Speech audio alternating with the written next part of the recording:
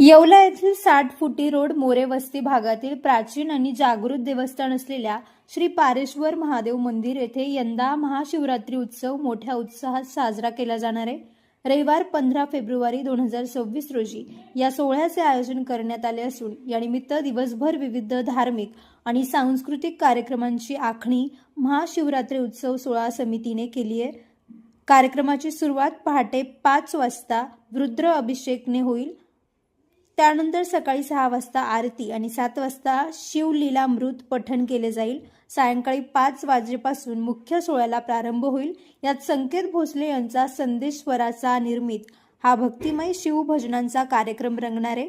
यासोबतच दीपोत्सव, भगवान शिव पार्वती विवाह सोहळा आणि भव्य मिरवणूक काढण्यात येणार आहे। विशेष म्हणजे यंदा भारतीय सैन्य दलातील जवानांचे पूजन करून त्यांच्याप्रती कृतज्ञता व्यक्त केली जाणार आहे। सायंकाळी 7 वाजता महाआरती, संतपूजन आणि त्यानंतर प्रसाद वाटपाने कार्यक्रमाची सांगता होईल।